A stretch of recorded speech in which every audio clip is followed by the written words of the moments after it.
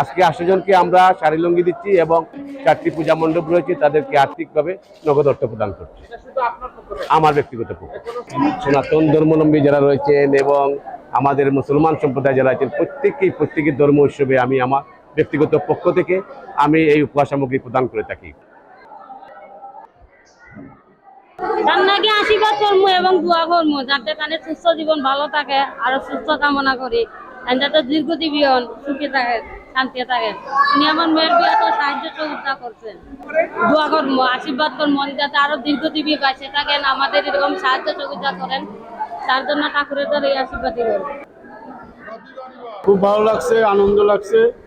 এই উদ্যোগটা খুবই একটা উৎসবের ভিতরে একটা এমনিতে সামনে তো শারদীয় উৎসব, আর এই উৎসবের মাধ্যমে আমাদের 26 নং ওয়ার্ডে লিপন বক্স যে উদ্যোগটা নিয়েছে ওনাকে আমরা অসংখ্য ধন্যবাদ।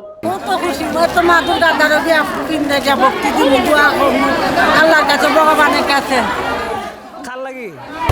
রিপন ভাইয়ের লিগে জনগণের লিগে।